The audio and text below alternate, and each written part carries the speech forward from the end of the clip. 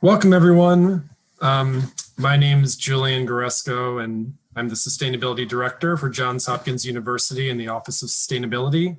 We're thrilled to have you join us this afternoon, for our webinar, How to Get Your Electricity from Renewables at No Added Cost, and an overview of the Maryland Community Solar Pilot Program with a look at both renters and homeowners. I'm joined by two fantastic guests today. Kimberly Armstrong, who is the Program Director for Solar United Neighbors. Kimberly has many years of experience as a sustainability advisor, author, and community advocate, and has been recognized nationally for her work on social justice and equity. And Michael Rosenblum, who is an associate professor of biostatistics at Johns Hopkins University in the Bloomberg School of Public Health, and a passionate community solar advocate, and really the catalyst for today's event. Just to kick things off today, I want to give you all a little bit of an overview of the goals for this webinar. And then we'll talk a little bit about the agenda before passing things off. So our goals for today are to explain what community solar is, and we assume nearly all of you who are here today are interested in the answer to that question. How community solar as a model for clean energy is different from rooftop solar or third-party supplied clean power.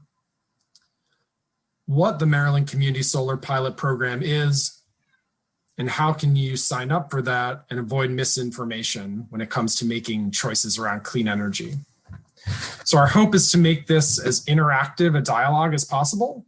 And so we very much encourage you to ask questions and to incorporate those into the Q&A at the bottom. And we'll be using the first 40 minutes or so today, 35 or so minutes left now to really talk and present and share, and trying to reserve the last 20 for Q&A. And so with that in mind, I'm going to pass to Kimberly Anderson, who's going to kick off the conversation today with a presentation on Solar United Neighbors and a deeper explanation on the Community Solar Pilot Program. Well, thank you, Julian and Michael, for inviting me to do this presentation. And I'm Kimberly Armstrong, the Maryland Program Director for Solar United Neighbors. And I've been with Solar United Neighbors just about a little bit over a year. However, I've been in the environmental industry for at least the last 10 to 15 years. So I just want to thank everyone for coming. This is really a great topic, and one of the goals for Solar United Neighbor is around community education, to educate people not just about rooftop solar, but also community solar. So some people may be saying, what is community solar? I'm going to share my screen. One of the alternatives to having not rooftop solar, but community solar, which is a Maryland-based pilot program that first started out as a 3-year program, because it was going so slow and a lot of people really didn't understand what it was. It's taken a little bit longer for people to grasp it. Is that the state of Maryland has now expanded the Maryland Community Solar Program to 7 years. So this is legislated. It's also monitored, and the regulations are through the PSC, the Public Service Commission. So there is an accountability as well. So some people may be saying, what is the alternative? What about people who can't get rooftop solar? Where are they? Community solar, or some people may call it community shared solar or solar gardens, is installed somewhere other than on your property. It's proportional, and it's not an all or nothing kind of thing. And your solar energy is virtual, so you get a credit on your energy bill. And we'll go through each one of these different bullet points a little bit more in detail. So this is a clear example of people who may want to participate in clean energy or solar. However, they can't get solar on an actual rooftop. So say, for instance, if you live in an apartment, or you live in a condo, or say that your roof looks like this one. You don't have the resources to get your roof fixed, or your roof is in really bad condition. However, you still are interested in participating in clean energy, renewable energy, and solar. So community solar addresses that need. And this is what it looks like. So when I talked about earlier in the earlier slide about it's not just virtual, but it's somewhere located other than on your home. So this is what we call a solar array. And maybe you have seen in your travels like big giant fields of solar panels.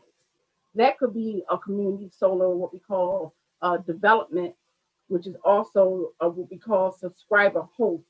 So there's a developer that develops this big field. There's all these different solar panels. So the way that you get into community solar is based off of how much your energy consumption is in your home, or it could be also a business as well. So say the Smith family uh, has a portion of the community solar array, and then the corner store has a portion of the solar array, along with the elementary school. And of course, schools and maybe some businesses, they use a lot more energy, so their subscription would be a lot bigger and a lot larger. So they would use more of what we call the megawatts within that solar array. There's a lot of good things and great things that have just happened in Maryland around policy. So the community solar expansion is one. The other one in this past legislation, we had the community solar, the net, what we call net metering, went from 1,500 megawatts to 3,000 megawatts. And you may be thinking, well, why is that important? Well, it's important because the more megawatts we have, more people, more developers can develop more of what we call the solar array or solar fields, and that will allow more people to subscribe into community solar as well. And so I'm going to go back to another presentation. I actually want to show you what it is that we do at Solar United Neighbors as it pertains to our what we call a community solar platform.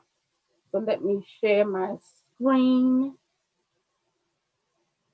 And I'm actually going to walk you through what a community solar, or not just community solar, but how you can participate in Maryland. And also one thing that I want to state as well is that the solar array, if you choose to participate in community solar, then the solar array has to be in your utility area, meaning that if you're in BGE utility territory, then the subscriber host also must be in the BGE territory, or PEPCO, or I think it's Potomac Edison or Delmarva. That array must be within the same utility area. So this is, Solar United Neighbors is a nonprofit. So we don't get paid to promote anyone, a particular organization or agency or anything like that. We're basically a mechanism to help educate people, to teach them not just about rooftop solar, but also community solar.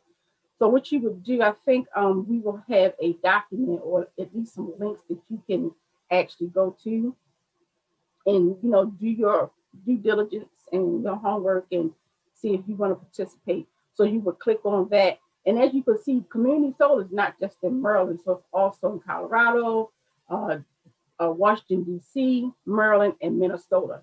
Now, Solar United Neighbors, we are in 12 states. However, we do also a lot of consulting across the country. So you would click on Maryland.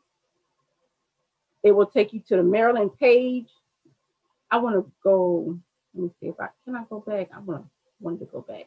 I actually wanted to brag on myself just a little bit because I was in the last picture and I wanted to point it out to you all, but I missed the opportunity. So I'm just going to keep it moving.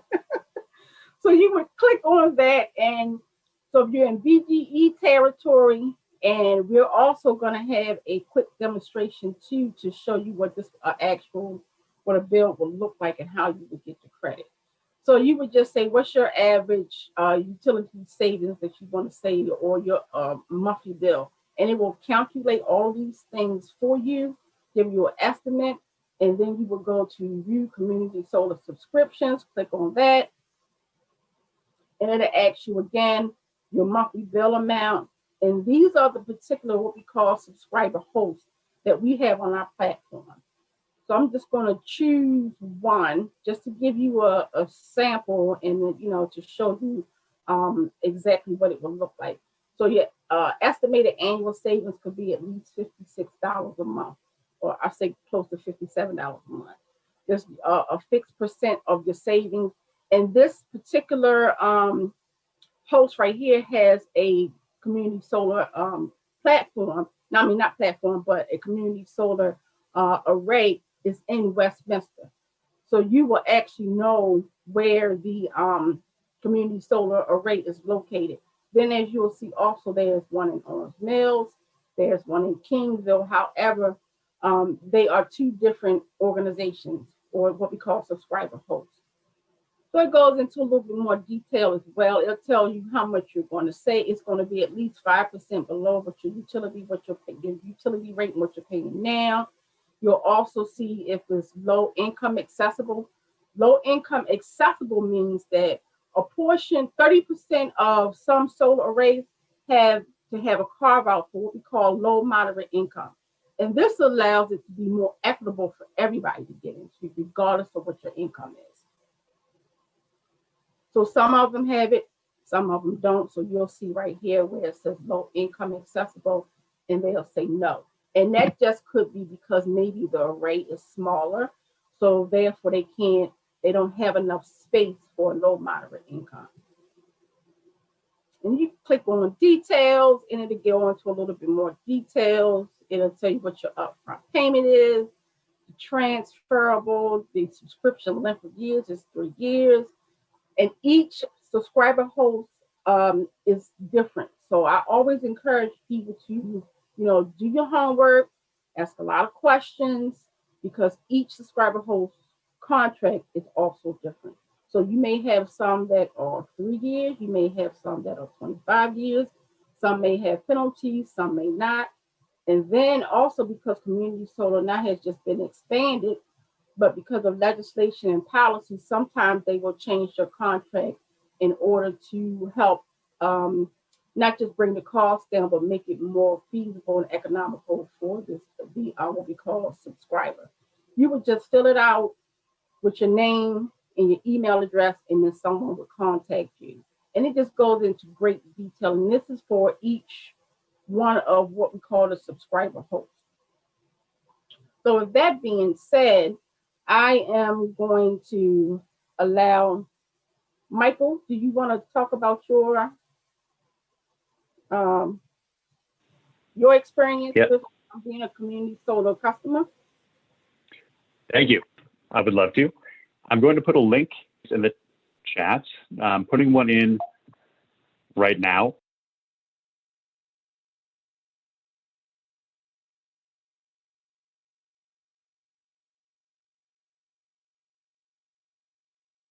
I encourage you to click on that link and maybe bookmark it or download it so you have something to look back at later. It just gives a summary of what we're talking about, and it gives links on how to sign up if you're interested, including the links that I put in the chat already.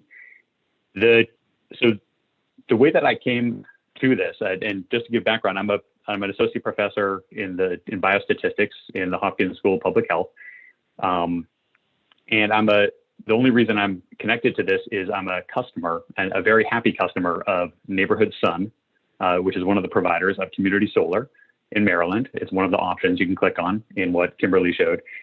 And the way I came to find community solar is I thought, I'd like to support clean energy. And I looked at what fraction of, I'm a BGE customer, I live in Baltimore City, and I looked at what fraction of power generation for my home electricity comes from renewables. And this is a couple of years ago, but I encourage the audience just to take a guess.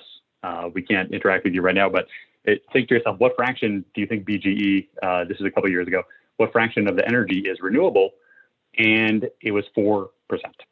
I mean, 96% non-renewable. That's roughly split equally between nuclear, gas, and coal. 4% renewable, and of that 4%, some of it is burning trash, which is dubious whether that really is incineration should be counted there. So I felt pretty terrible about contributing to global warming and also air pollution just by using electricity like everyone has to. And I saw all these options, and I thought, well, I should be able to figure this out. I'm a smart guy, right? I should be able to go online, spend half an hour, and I'll figure out the best option. And then it didn't just take. I was so wrong. I was 100% wrong, and way overconfident that I could do that. And it in total, I think and this is an honest estimate, not exaggeration, I think it's taken me, I've spent about 50 or 60 hours really figuring out what is the best option. It's extremely complicated. It's an unfortunate situation. But that said, having invested that time, I wanted to share what I found out, which is there really is one best option. And this is my opinion. I should give the disclaimer that I'm not representing Johns Hopkins University. This is just my opinion as an individual. And I have no connection to any of these companies, Neighborhood Sun or any, I don't get any money for any of it. But basically the community solar is, in my opinion, by far the highest impact thing you can do. The highest impact in terms of return on investment of the time you put in is probably will take you an hour total if you decide to sign up. I mean, it'll take you 5 minutes to sign up, but then you'll get a contract and you'll have to read it, spend half an hour checking it out, make sure you're okay with it. And then you have to, go online and give a little account information, and then you're done. You set up auto pay and you don't have to do anything as long as you're in Baltimore or in the BGE territory. It can move with you if you like to a different house if you're in the BGE territory. You're cutting your carbon footprint. I did a carbon footprint calculator online. You have to take that. That's not going to be perfect, but it gives you a rough approximation how much your carbon footprint is. They cut my carbon footprint by 10% to do this.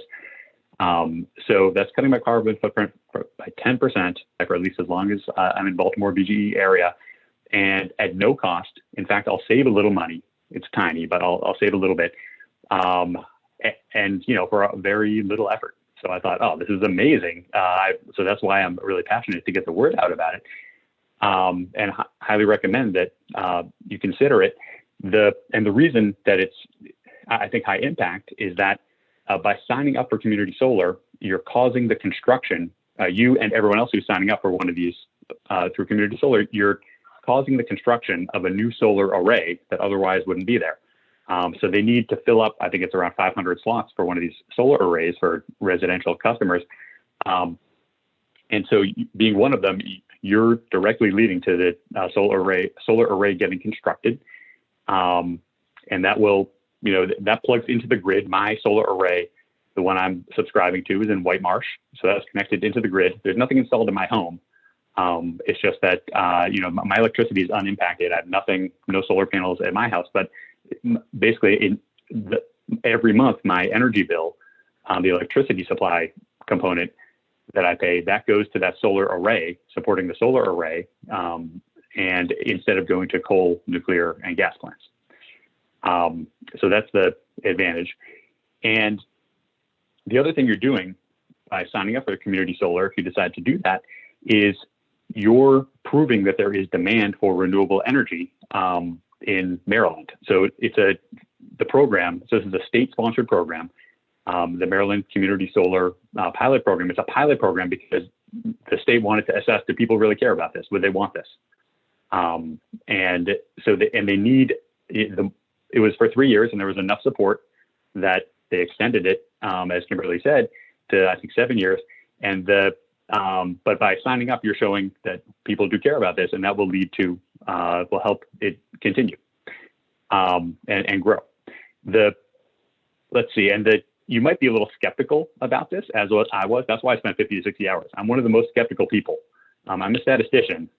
I don't know if you've ever met statisticians. Many of you maybe have, but I'll just speak for myself. I won't say anything. I don't want to make any generalizations, but I'm kind of an anal person. I do not want to get scammed. And I'm extremely careful, and I checked very thoroughly I called the Maryland Attorney General's office to see, have there been any complaints against this company, Neighborhood Sun? I'll just talk about the company I know, that the one I've been a customer of for 2 years, Neighborhood Sun. And which I'm a highly satisfied customer. So first I checked Better Business Bureau website. They have a place where they list do people lodge complaints against the company. 0 complaints. There's nothing in that category compared to there's some other companies you look at, there's like hundreds of complaints.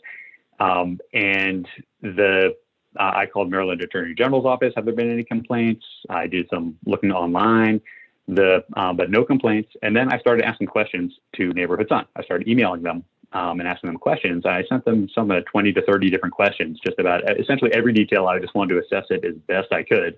Did not want to get scammed. And they answered very promptly. I even at one point I asked a pretty technical question that the customer service person didn't know how to answer, and then they said, we'll ask the CEO, and then he called me later that day, Gary Skolnick. So it's a small company. I think it was only like 8 people or something, at least at that time. So it was super responsive. And so let me just do a quick screen share and show you my. And by the way, so I've been a customer for 2 years. I also have 4 neighbors who also signed up. They've been customers for a similar amount of time, and everyone's very happy. I mean, and I'll show you what my bill looks like if you're interested to see it. Just screen share here. So here's my BGE bill from March. Notice I blacked out my account number and electric choice ID numbers, redacted that. Well, that'll come up in a minute. Why you should be careful about those. Not related to community solar, but anyway, here's my electricity bill, and it looks the same as it always did, my BGE bill. But you get this, you see the arrow pointing at the bottom too. It says other charges and credits. I have a $25.97 credit, so my bill's reduced by that much. And then it says details page 3, go to page 3, and it's a community solar adjustment. That's how much I got from community solar. It was about $30 of electricity use that month, and $25.97 of it covered by community solar. Now, and the way it works is your bill is reduced by however much is provided by your allocation. Usually it's somewhere between 80 to 100% of your allocation from the solar array. And then 2 months later, you'll get an invoice from Neighborhood Sun, whoever you sign up with, for that amount, but reduced by 5%. So they'll invoice me for $22, $23 a couple months later. Now it's all on auto pay, so it all takes care of itself. But the net at the end is that I've saved a couple dollars. But then that's fine. But the main thing is that I'm directly supporting new solar array, and that's reducing the amount of pollution by it's on the order of tons of CO2 per year at no cost. So and pretty minimal effort. If you subtract, ignoring all the effort I put in for research purposes, but if you just as a user, it's pretty simple to do. So let me stop my screen share.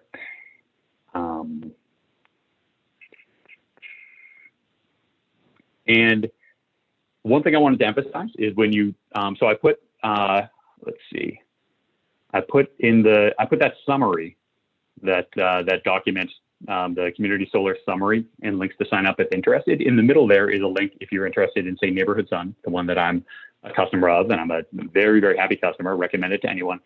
If you want to sign up, you can put your information in through that. You also, that doesn't obligate you right now to anything if you sign up there. That's like showing your interest, and then they'll get back to you they'll tell you what's possible for your area. And you may have to wait a few months for it to kick in. But that doesn't cost you anything inside. So it might not immediately start, but just to set that expectation. I wanted to mention that once you get a contract, once they have a slot set up for you, if you want one, and then a contract will come. And one thing that sometimes I did a double take when I saw it the first time, but actually I thought it's not a good thing, but it's a good thing, is the contract was for 20 years. And I thought, whoa, I'm not going to sign a 20-year contract. I've never signed that's like a mortgage or something, is such a long contract. It's the only thing I know of that long. But but actually the contract also has a termination clause. And that's something very important. I would recommend if you go to another company, which would be fine, other than Neighborhood Sun, just make sure you have a termination clause that you're allowed to terminate within some amount of time, say 60 days or something like that, for any reason at no cost. Now, I don't know why you actually would, but you never know. It's just always good to have that as you can end it whenever you want, and it will just revert back to what you had before at no cost for any reason. So that's what's the typical thing in Neighborhood Sun contracts. And the 20-year duration is really like you can have that contract up to 20 years. You have that slot reserved for you for up to 20 years. If you decide to end it earlier, that's fine. There's no cost to do that. But it's actually a good thing. It's kind of like a month-to-month lease where it's up to 20 years, the maximum you could have it, but it's going to be, so I just encourage, don't be turned off, or just like check for the termination clause. But once you have that, it's actually a good thing that you have this long duration, because you can keep it that long. You won't have to look around again and sign up again. And if that still though is a sticking point for you, I know that Common Energy, one of the other providers, which I've heard good things about as well, though I don't know them that well, I'm not a customer, that they have 3-year contracts. So you could, if you like that, and it's gonna, you could do Common Energy. Let's see, I just have a few more things, and then we can get to questions that I wanted to mention that you can, if you already have switched electricity providers to a different company than BGE, different supplier than BGE, there are a bunch of, there's like 30 different companies out there because the deregulated electricity market in Maryland, and maybe you signed up for a renewable option through wind or hydro or something like that. That's fine. You can still do community solar. They don't interfere with each other, in the sense that you can do community solar that will do 80 to 100% of your electricity. Anything else will get covered by what you signed up for with this other company. So there's no conflict. If you tell Neighborhood Sun, oh, I'm with this other company, they'll say fine. That doesn't really affect them or community solar. So I recommend, if you already have done that, you could do both. Just sign up for community solar, just like everyone else, and that will just be added on. If you're deciding between the two, I mean, that's a little bit hard to figure out. My understanding, but again, take it with a grain of salt, is that the highest impact thing you can do is community solar, as opposed to one of these other types of electricity supplier, like getting wind credits from Wyoming or something like but it is pretty hard to figure out, and I can't say for any particular. It's going to depend on the particular case. But the simplest thing is, at the minimum, the first thing I would do if I were interested in improving your carbon footprint through your electricity is sign up for community solar, or at least consider doing that. And then you might also consider these other options. They could be good too. But there's no conflict between them. That was my main point. So you're not like, oh, I can't do this because I already have something else I switched to. There is a low income option, or low middle income option, that was mentioned by Kimberly. And the threshold for that, as I put in the chat, is a household income of $66,000. So if you qualify, if your household income is less than is around 66,000, then you can get even more than the 5% reduction in your electricity supply cost. It goes, depending on your income, there's a scale, and it could go all the way up to 25% reduction. So it's even a bigger benefit if you're a lower income.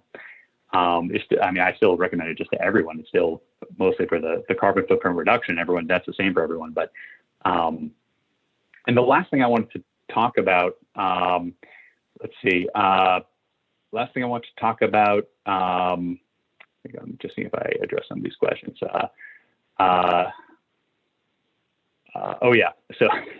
a question about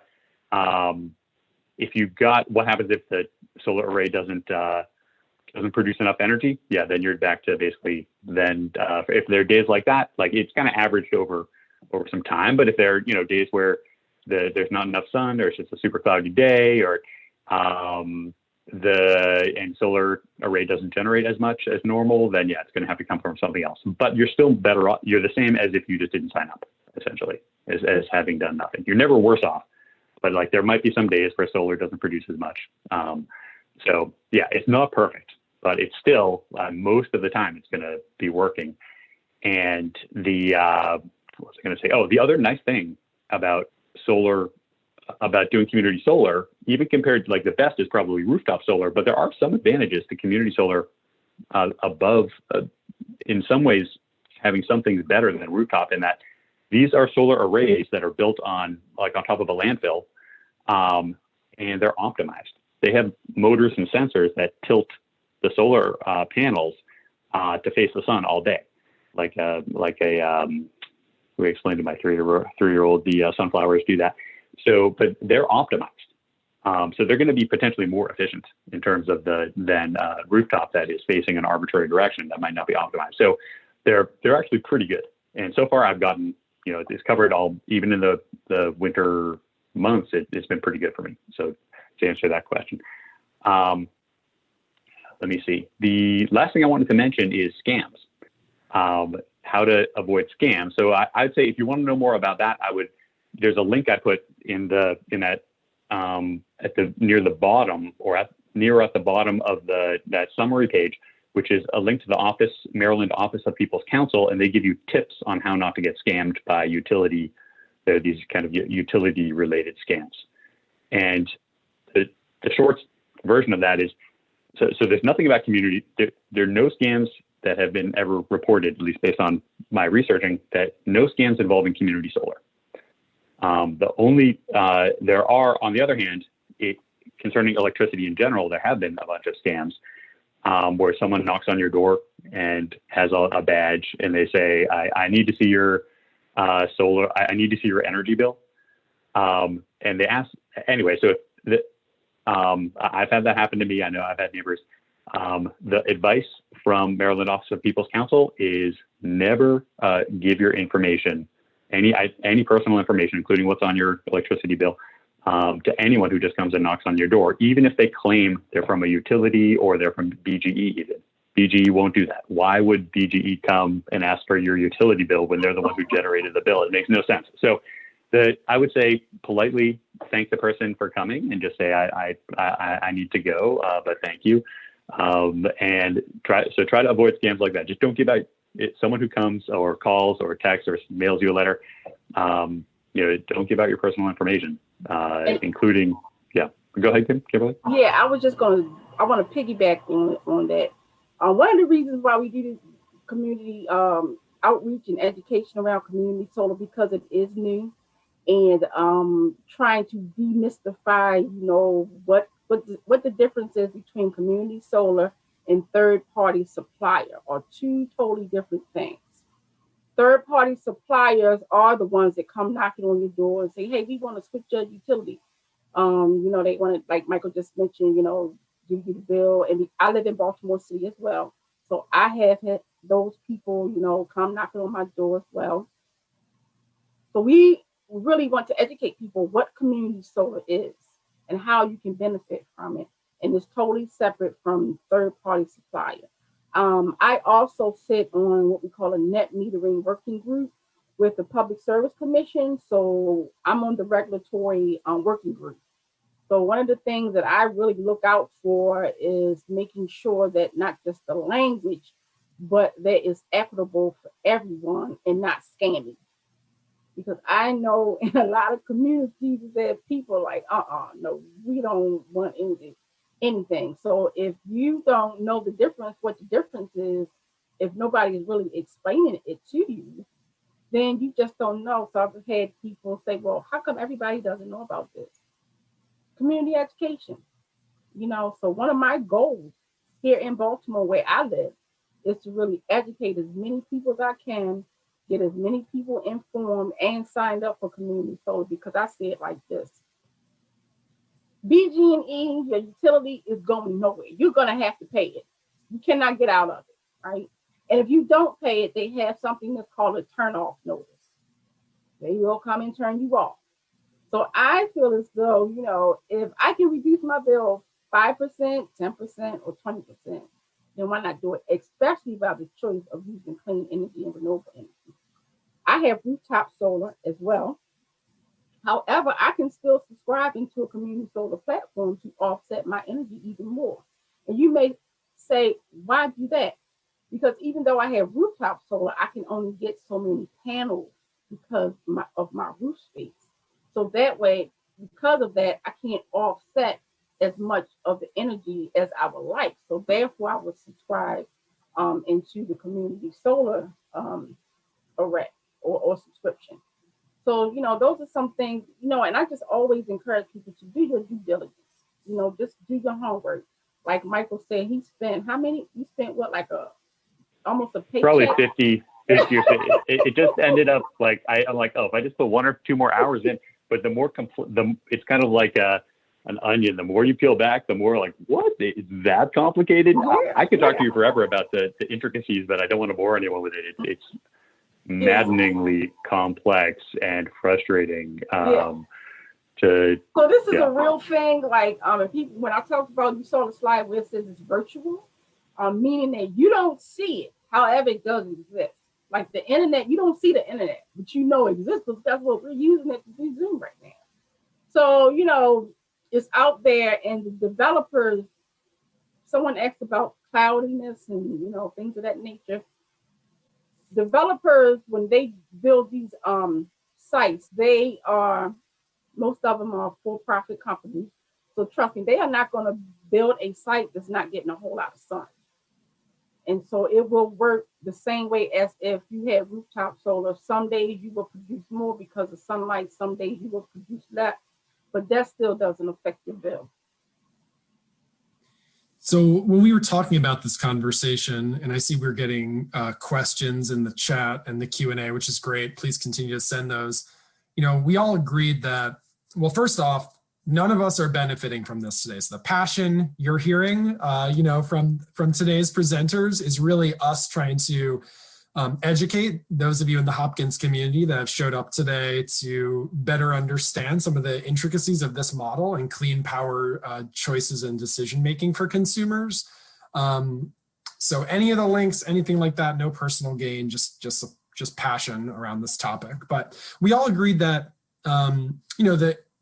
the conversation around access to clean energy was a little bit one-dimensional at times, and really, consumers often think, well, I can, get a rooftop installation, or maybe I can buy clean power through some of the options that are presented to me that some of you have highlighted in the chat.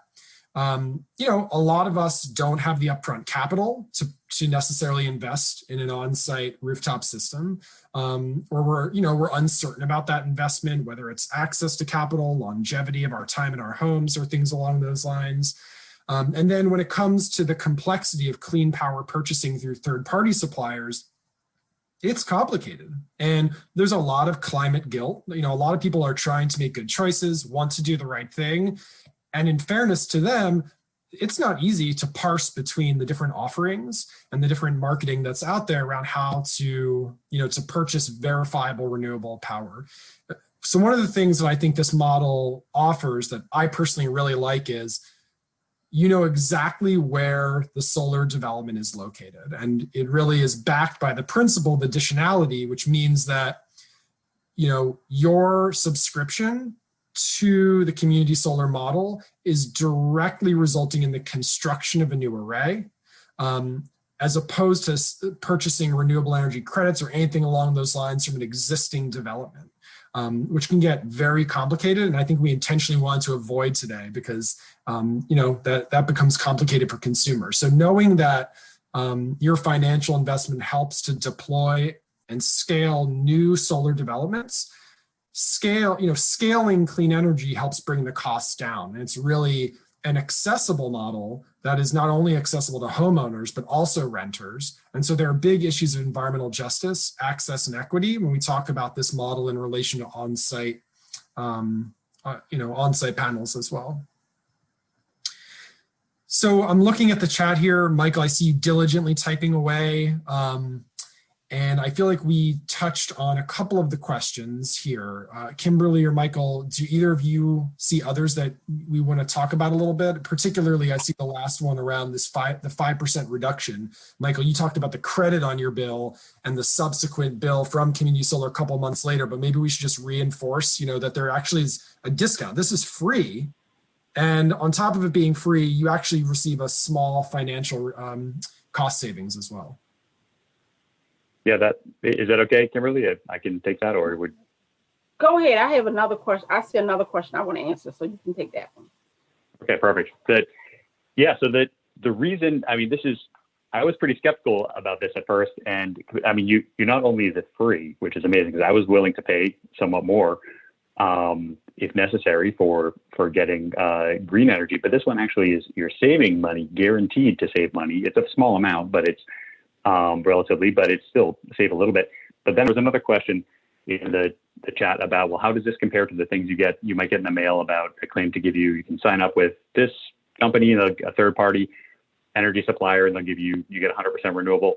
That's completely different from community solar. Right. It's not related in any way. And what they're typically offering, I can't speak to every possibility, but I did look into those a lot. And I even did one for a year.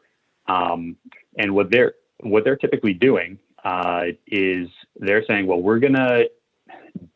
we'll give you these credits that correspond to hydro generation from I think in Wyoming or something. And the main difference is that the electricity generated in Wyoming, it's not like it goes through some wires and gets into my house or is even connected to the same grid. But there's no connection whatsoever to the electricity that has to get produced anyway to make all my appliances work.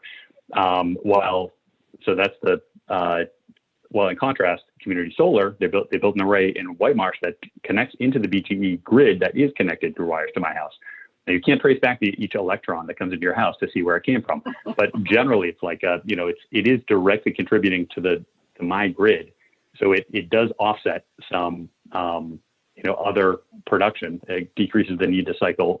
If many people do it, in principle, it's decreasing the need to cycle on coal power plants sometimes. And that's how it's having the savings. So it's a very different thing. Though in principle, I mentioned you could do both, but in my opinion, the most high impact thing is community solar. But I'm happy if if anyone wants to talk about that stuff, any things about that, I'm happy to talk. And if you have any questions, sorry, Kimberly, if you have any questions, like, you want someone else to look at your contract, I've looked at these contracts and scrutinized them. And if you want someone to take a look, or just email me any question. I would love it. I would actually I would feel great if you email me or email Kimberly as well. She also is an expert, yep. And Julian too. But I'm just putting myself out there. You can email me anytime about this. I would love to talk about it anytime. Yeah, so I just want to say too, just with the third-party suppliers, just like you do any contract, be very, very careful, because sometimes they will give you a lower percentage to get you signed on, and then 6 months down the line, the rate will skyrocket, right? So you just want to be careful with third-party suppliers, just like you want to be careful with any of the subscriber organizations for community solar as well. So I also saw a couple of questions in the chat about what if the company goes out of business? Great question. So because it's monitored through the PSC, what they usually do, if they're going out of business, they would usually sell their development to another subscriber or find someone else to take that development project on, or that subscription host. When we have had that, similar things like that happen. Not so much that they went out of business, but maybe someone just wanted to develop the project, hold on to it until they got a certain number of subscribers, and they would sell it to someone else. So that has happened. So, but because I'm on the Public Service Commission, it's so regulated, and because our regulations are, I guess you could say, it's a living document. So we have like 3-hour calls. And sometimes we go through each line when we have an issue, because it's a pilot program, we are trying to get a lot of the niches out of it, so that because we want to make it a permanent program, not just a pilot program, but make it a permanent program. So we're kind of like going through a lot of the glitches and things now. And then I think someone also asked the question, where do they get the funding from? Michael talked about this a little bit. The Maryland Energy Administration. They give they have a fund where when developers, it's a whole RFP process that they have to go through to get the funding. You also have a lot of nonprofits that or foundations that want to see this thing happen, so they also contribute as well. So the funding and then you have developers have their own financing as well. So the funding comes from a lot of different places. So one question here is around communication and transparency. So if I sign up for community solar, other than a regular invoice, how good are these companies at communicating to their customers around, the development of a particular array, the amount of CO2 reduced, things along those lines? Personally, from what I've seen, these companies take a lot of pride in those who do invest in them, and there's some really great marketing around seeing again exactly where that development's occurring. But I think on some of the granularity of the production and impact, I'm curious if Kimberly or Michael, either of you, have anything to say to that. Well, I know that most of these organizations have or companies already have been working in the solar industry for years, so most of them already have a website. And if they have a community solar subscription or platform, they usually have a website or blog or something that you can always connect with someone. They always come up with articles. And I'm not promoting Neighborhood Sun, but I'll just say we partner with Neighborhood Sun a lot on different things. And they actually have newsletters that come out. They have a website. They have things on the website like tips for the day. And it's always easy to get in contact with someone. So this is just my personal experience with working with Neighborhood Sons over the years. And Michael as well can attest to that, is that people will call you back or email you back. And I like to ask questions. Like if I'm a very inquisitive kind of person, right? And my brain is always thinking. So I like to ask questions. So I just encourage people, if you have a question or thought, either pick up the phone and call someone or email someone and ask them about the CO2. But most of them already have like a website that is that has a lot of information in it. Yeah, they definitely send good communications about what they're doing, new projects that are coming online, and they're not too many. It's not like they're filling up your inbox, but they are definitely keeping you informed of what's happening, and what with your project. You even are invited if you want to. They couldn't do it during COVID time, but I think it'll start again in the future. If you want, you can go to the sort of the turning on ceremony of the solar array. So I think that the previous one before me, that there was a big kind of party where people went out and that you could see the solar array that got built on top of a landfill, that's connected to the grid, and you can all be there and you can meet the people who work in Neighborhood Sun, and so that seemed really nice. So yeah, they're super, super responsive. And if you even want to test Neighborhood Sun, you can go on their website.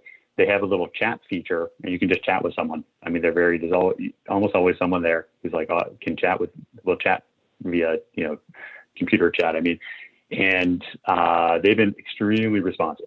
I've asked them so many questions. Like they probably all know that this is like this troublemaker Rosenblum, like trying to ask everything. Yeah, and someone asked a question. This is a great question too, about community solar for businesses and schools. Absolutely. So even though we talk a lot about residential because that's kind of like been our wheelhouse, but businesses can do it, schools can do it, municipalities can do it. Churches can do it. Give you a perfect example. I'm going to show you this real quick, and then see this array right here. This is me right here in the blue. That was a long time ago. I wanted to show myself off, but also outside of that, this array right here is actually two arrays out of one, and this array is actually on a church, in a church yard in Annapolis. So churches, we work a lot with churches as well. So churches can participate, businesses, anyone who wants to sign up for community solar is welcome to. And those are some of the, because some maybe the contracts may be different for a business and in a church. So when if they want to sign up, it's important to once again ask questions on how would that work, what they look like, or if you work with a church, maybe or school, maybe you could, because this is what I would love to see. I would love to see schools that offer community solar to the parents of the students. Like say, because everyone doesn't have a single, or you have a home, or even in Baltimore City where I live at, where Johns Hopkins is, I'm not too far from Johns Hopkins. I live in Bel Air, Edison. You have a lot of homes that have small roofs. So they may not have the capacity to get a solar array, but however, they may still want to participate in community solar and reducing their energy bill. So I would like to see something like that happen.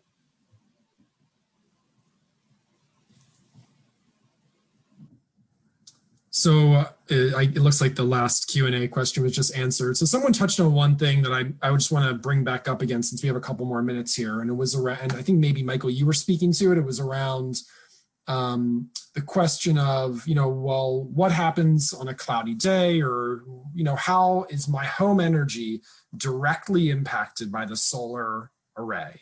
And the answer is that the electrons from that array are not coming to your home. However, your investment in the community solar model goes to directly fund the construction of a plant, right? And so this is where this concept of additionality comes in that I just want to come back to one more time, which is different than, say, purchasing green power credits that come from a pre-existing solar facility, where you're buying the green attribution of that, and then that money is going to support the broader unspecified deployment of clean energy. And this is where things get really complicated for consumers. And so I'm just gonna whet everyone's appetite for some future unplanned webinar, maybe that Michael or Kimberly will participate in another point. But I find that this is such, the issues around energy choices for consumers are very abstract. We see food when we eat it, we see waste when we dispose of it in a bin. We don't see the energy we buy. We flip the switch and we sort of don't always know what happens behind the scenes. And so the concept of legitimacy and additionality when the electrons still don't come back to my house, I think is confusing for some people. So I don't know if either of you just have anything you wanted to add to that. Or if I did a great job of encapsulating it, then that's good too. I think it's well said. And I'd be happy to be on any future panel talking about those third. This is, just to be clear, not related to community solar, totally separate. These mail you might get from companies that claim right on the front 100% renewable energy by switching your electricity supplier, and they're gonna. Those ones are. I'm kind of I'll just say I'm not a big fan of those ones, having looked into what actually is happening. And some I have to give a caveat. They might be good. Some might be good. I don't want to say they're all not good, but I would, yeah. But community solar, it seems, I think it's just a much higher impact thing and to do, and it's it doesn't cost anything. Well, the other ones might cost some, and they also have the other ones are sometimes associated with scams. The other ones meaning the third party energy companies, not all, of course, but. While community solar, there's not been any reports of scams on that, to my best of my knowledge. So, yeah. So we probably have to answer one more question here. Sorry, Michael. Feel free to finish your thought. Yeah, no, please. I was just going to say, there's a lot of questions around the percentage differences, the savings to the consumer, and what the relationship is, and how those prices are set. Why is there such variance, and what does that imply necessarily? Kimberly, is that something that you might speak to as we wrap up today? Yeah, so the percentages varies for the developer. It also depends on the cost. So each array is a different size. Each array, so a bigger array will allow more subscribers. So therefore, they may get a lower reduction of it, because developers are still looking for a return on their investment. Also, these percentages can change as well. So as we grow the program and more developers come online, so what we call, they may be in the queue. So they are waiting to either what we call flip the switch or turn on the array. And because they also is this competition as well. So some may say, we offer 5%. So we are competing against another, a host, and we want to offset 10%. So it's competition, it's development. So a lot of factors go into the percentages. Also, you have to be in compliance with whatever the PSC says for the size of that array as well. Thank you. That's great. Well, I'd like to extend my deep thanks to Kimberly and Michael for joining today, and for all of you from the Johns Hopkins community who are out here today interested in, purchasing clean energy for your homes. It's easy to overlook the decision and impact of one person. I think we have a huge community here, so I would encourage you to spread the word. Use some of the links that were really thoughtfully incorporated into the chat today. And as I think our guest speakers have alluded to, you're welcome to reach out with additional follow-up questions from today. Michael has even offered to offer financial guidance for you if you need. I wouldn't go that far as to say, because I have Okay, no exactly. qualifications for that whatsoever. So I do not offer that, but I do offer to, if you just want some informal, from just someone who's looked at these contracts before, to see, does this look reasonable, or at least similar to what I signed up for and I really like. And I'm happy to look at that if you have any questions. But I'll emphasize the key things that you want, and this is what's already typically in the contracts of Neighborhood Sun, which is the one I'm familiar with, the company I'm familiar with. So, and I've researched by far the most. The Neighborhood Sun contract, it's a no-cost termination clause, which says that no cost to terminate within, say, 60 days or something, or 90 days. For any reason. You definitely want that. And yeah, I think that's the main thing. Yeah, I want to also let people know we do have a YouTube channel, and last year we did a 3-part series that we just talked about community solar, and it's broken down into 3 components. So just go to YouTube and put in Solar United Neighbors and community solar, and a whole flood of things will come up. Thank you, everyone. It's great. Let's wrap up today's webinar. It's been a pleasure. Thank you. Take care, everyone. Thank you. Bye-bye.